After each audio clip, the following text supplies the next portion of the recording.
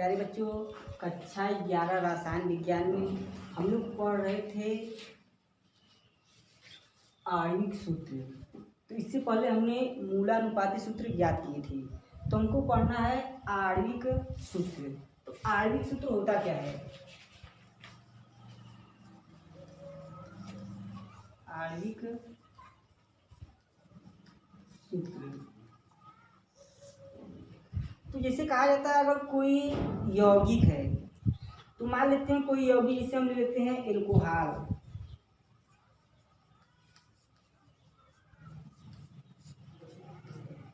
तो एल्कोहल जो होता है वह विभिन्न परमाणुओं से मिलकर बनता है। तो कहा जाता है जो एल्कोहल होता है वह कार्बन, ऑक्सीजन और हाइड्रोजन के परमाणुओं से मिलकर बनते हैं। अगर यह आपस में संयोग कर लें, कार्बन, ऑक्सीजन और हाइड्रोजन आपस में संयोग कर लें और संयोग करने के पश्चात क्या करते हैं, एक अणु का निर्माण करते हैं। और वह जो अणु होता है तथा उस सूत्र को हम आणविक सूत्र कहते हैं। जैसे देखते हैं, जैसे अगर एल्कोहल में चाहे तो C2H5OH, तो कहा जाता है अणु सूत्र या आणविक सूत्र। तो किसी यौगिक में उपस्थित परमाणुओं को संक्षिप्त रूप में लिखा जाना है। परमाणुओं को संक्षिप्त रूप में लिखा जाना आपका अणु सूत्र कहलाता है, या फिर किसी अणु में उपस्थित परमाणुओं को संक्षिप्त रूप में लिखा जाना अणु सूत्र कहलाता है। तो अब देखिए, यह आपका अणु सूत्र हो गया। तो अगर हमको मूलानुपाती सूत्र ज्ञात हो, अगर किसी यौगिक का मूलानुपाती सूत्र ज्ञात हो तो उसका हम अणु सूत्र किस प्रकार से ज्ञात करेंगे, जिसे आइए देखते हैं। तो कहा जाता है अणु सूत्र बराबर अणु सूत्र, या इसी को आणविक सूत्र भी कहते हैं। तो अणु सूत्र बराबर होता है मूलानुपाती सूत्र।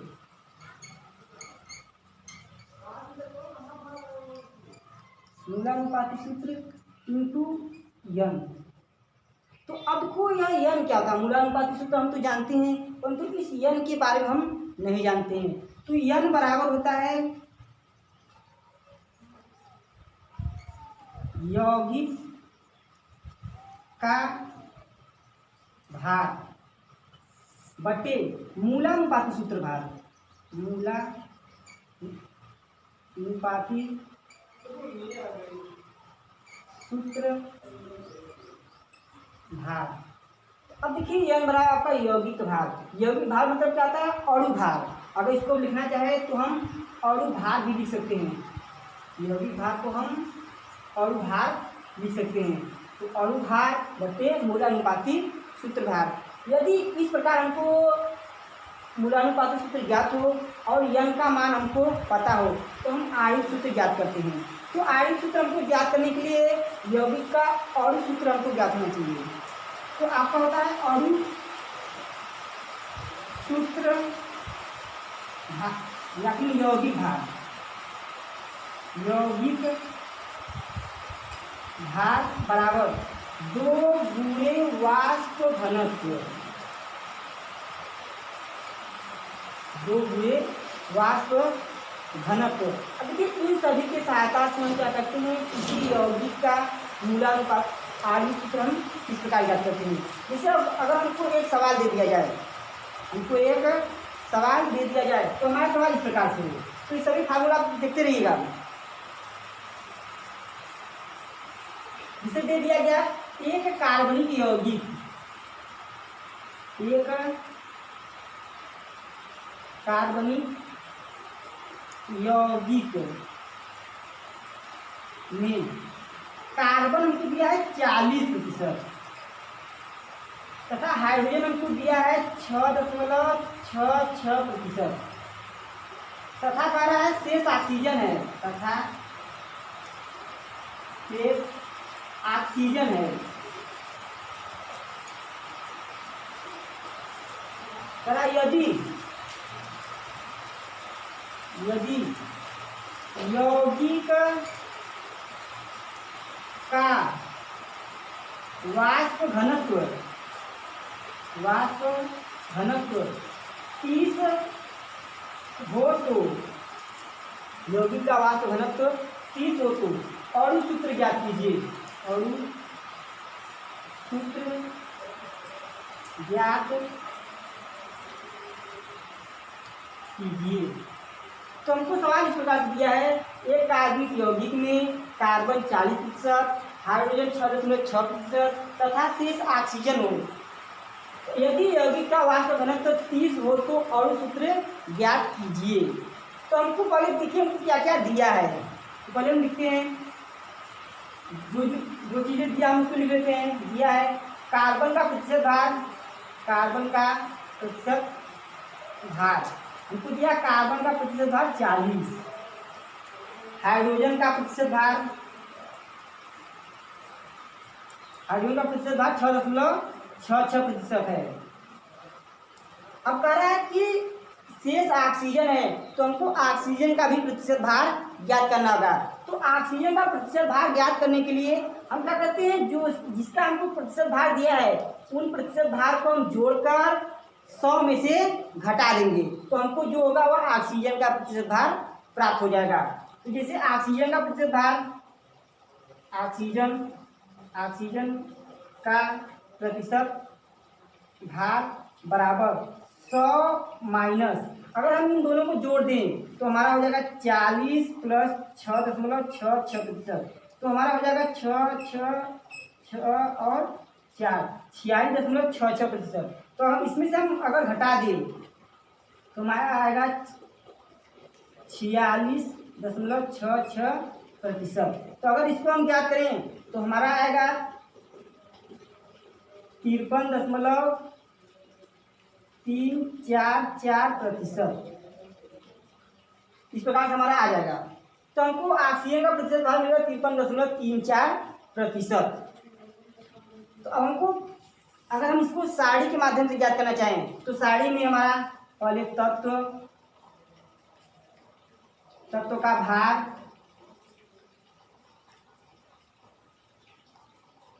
तत्व का प्रतिशत भार, मोल अनुपात,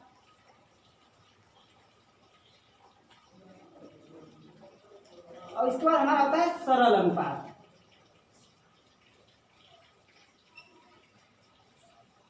तो इस विधि से हम क्या करेंगे, इसका मूलानुपाती सूत्र ज्ञात करेंगे। तो पहले हम मूलानुपाती सूत्र ज्ञात कर लेते हैं। तो हमको तत्व दिया है, कार्बन दिया है, हाइड्रोजन दिया है और ऑक्सीजन दिया है। तो हमारा हो जाएगा कार्बन है, दूसरा का आपका हाइड्रोजन है और तीसरा हमारा ऑक्सीजन है। और तत्व का भार, हमको तत्व का भार पता है, अर्थात कार्बन का परमाणु भार, हाइड्रोजन का परमाणु भार और ऑक्सीजन का परमाणु भार। तो हमको कार्बन का परमाणु भार 12, हाइड्रोजन का 1 और ऑक्सीजन का 16। और तत्व का प्रतिशत भार, अब देखिए यहाँ पर कार्बन का 40% दिया है, हाइड्रोजन का 6.6% दिया है तथा हमने ऑक्सीजन का 53.34% ज्ञात किए। तो हमको दिया है कार्बन का 40%, हाइड्रोजन का 6.66% और ऑक्सीजन का 53.34%। इस प्रकार से इतना चीज हमको दिया है। तो इसके बाद कह रहा है कि मोल अनुपात और सरल अनुपात। तो हमको मोल अनुपात ज्ञात करना है। तो मोल अनुपात में हमने आपको बताया था कि तत्व के प्रतिशत भार में हम क्या करते हैं, तत्व के भार से भाग देंगे, अर्थात 40 में हम 12 का भाग देंगे तो हमको मिलेगा 40/12। तो अगर इसको हम सरल करेंगे तो हमारा 3.33 आ रहा है। और दूसरा हमारा क्या है, ऑक्सीजन का प्रतिशत भार और ऑक्सीजन का भार। तो ऑक्सीजन का प्रतिशत भार कितना दिया, 6.66 भागे ऑक्सीजन का, हाइड्रोजन का भार 1, तो ये हो जाएगा हमारा 6.66। और तीसरा हमारा है ऑक्सीजन।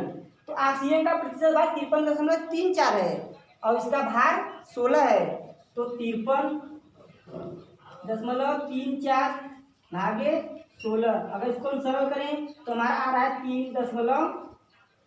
3.33%।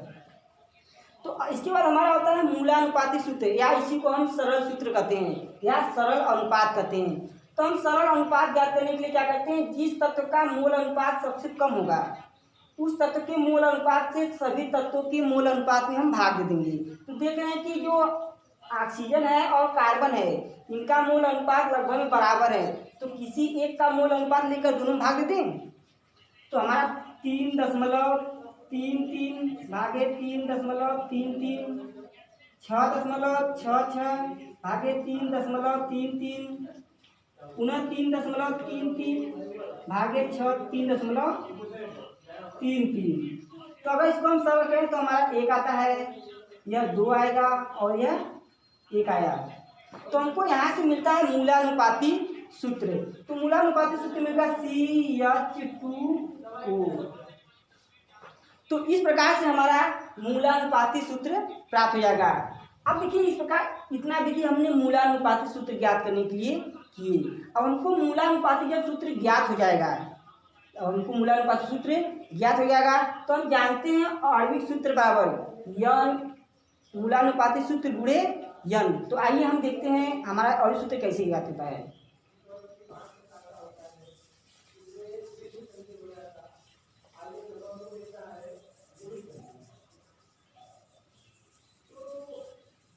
तो देखिए हमको जो हमारा मूलानुपाती सूत्र प्राप्त हुआ है वह CH2O प्राप्त हुआ है, अर्थात मूलानुपाती सूत्र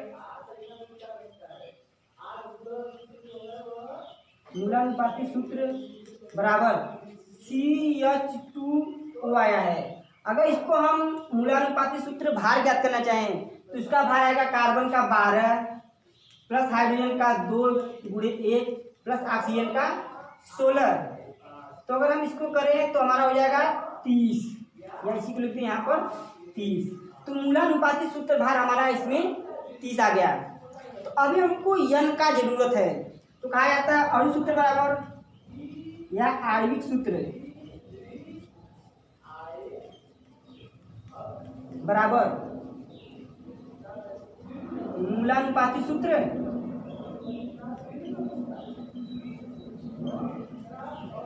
इंटू आपका यन होता है। तो यन का मान हमको भी ज्ञात करना है। तो यन का मान हम किस प्रकार ज्ञात करेंगे? तो यन बराबर हमारा होता है यौगिक भार बटे मूलानुपाती सूत्र भार। यौगिक भार बटे मूलानुपाती सूत्र भार। अब कोई यौगिक भार के लिए हमको वाष्प घनत्व दिया है, तो देखिए इसमें वाष्प घनत्व हमको 30 दिया है। तो हम जानते हैं, क्या जानते हैं? यौगिक भार बराबर 2 गुणे वाष्प घनत्व। तो वाष्प घनत्व हमारा 30 हो जाएगा, अर्थात यौगिक भार बराबर हो जाएगा 60। तो यौगिक भार हमारा आ गया 60। तो हमारा यौगिक यन बराबर 60 भागे, अब देखो मूलानुपाती सूत्र भार। तो मूलानुपाती सूत्र भार हमने यहाँ से 30 ज्ञात किया है, तो हो जाएगा यह 30 0 0 3 दूनी 6, अर्थात यन बराबर हमारा 2 आ गया। अब यन का मान हम इस समीकरण रख दें, तो आई और मूलानुपाती सूत्र रख दें, तो हमको मिलेगा कितना?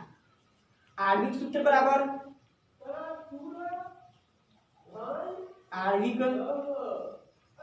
सूत्र बराबर, अब देखिए मूलानुपाती सूत्र कितना? CH2O और यन का मान कितना हमको मिला है? 2। तो यहाँ क्या है, हम 2 कर दें तो हमको मिलेगा कितना?